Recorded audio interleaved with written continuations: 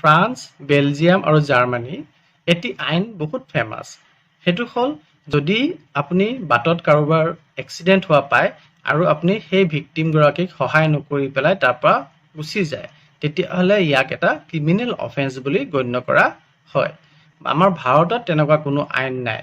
ওলোটাই আমাৰ ভাৰতৰ প্ৰায় মানুহে এই বুলি ভয় কৰে যে যদি মই ভিক্টিমক হস্পিটেললৈ লৈ যাওঁ আৰু তাত ভিক্টিমৰ কিবা উল্টা পুল্টা হৈ যায়, তেখেতৰ ডেথ হৈ যায়, তেতিয়াহ'লে মই পুলিচ আৰু কোৰ্ট কাছাৰী চকৰ কাটোতে মোৰ দিন যাব।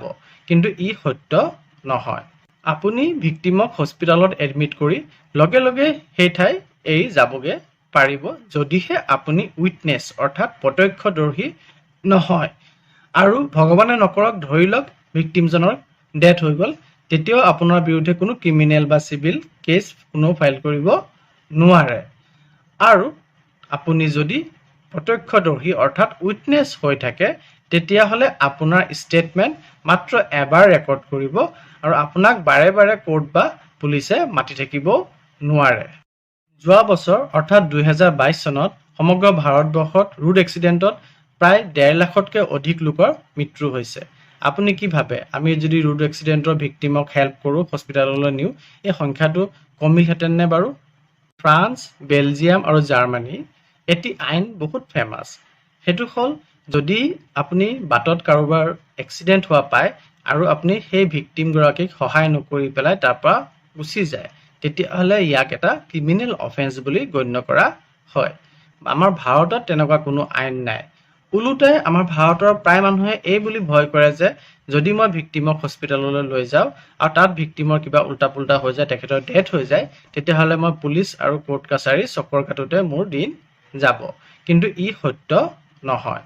আপুনি ভিক্টিমক হস্পিটেলত এডমিট কৰি লগে লগে সেই ঠাই এৰি যাবগৈ পাৰিব যদিহে আপুনি উইটনেছ অৰ্থাৎ প্ৰত্যক্ষদৰ্শী নহয়।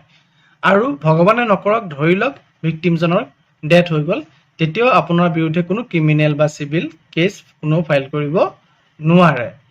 আৰু আপুনি যদি প্ৰত্যক্ষদৰ্শী অৰ্থাৎ উইটনেছ হৈ থাকে, তেতিয়াহ'লে আপোনাৰ ষ্টেটমেণ্ট মাত্ৰ এবাৰ ৰেকৰ্ড কৰিব আৰু আপোনাক বাৰে বাৰে কোৰ্ট বা পুলিচে মাতি থাকিব নোৱাৰে। যোৱা বছৰ অৰ্থাৎ 2022 চনত সমগ্ৰ ভাৰতবৰ্ষত ৰোড এক্সিডেণ্টত প্ৰায় 1.5 লাখতকৈ অধিক লোকৰ মৃত্যু হৈছে। আপুনি কি ভাবে, আমি যদি ৰোড এক্সিডেণ্টৰ ভিক্টিমক হেল্প কৰোঁ, হস্পিটেললৈ নিওঁ, এই সংখ্যাটো কমিলহেঁতেন নে বাৰু? ফ্ৰান্স, বেলজিয়াম আৰু জাৰ্মানী এটি আইন বহুত ফেমাছ। সেইটো হ'ল যদি আপুনি বাটত কাৰোবাৰ এক্সিডেণ্ট হোৱা পায় আৰু আপুনি সেই ভিক্টিমগৰাকীক সহায় নকৰি পেলাই তাৰ পৰা গুচি যায়, তেতিয়াহ'লে ইয়াক এটা ক্ৰিমিনেল অফেন্স বুলি গণ্য কৰা হয়। আমাৰ ভাৰতত তেনেকুৱা কোনো আইন নাই।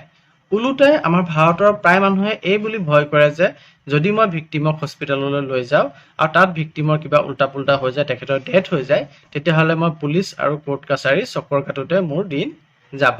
কিন্তু ই সত্য নহয়।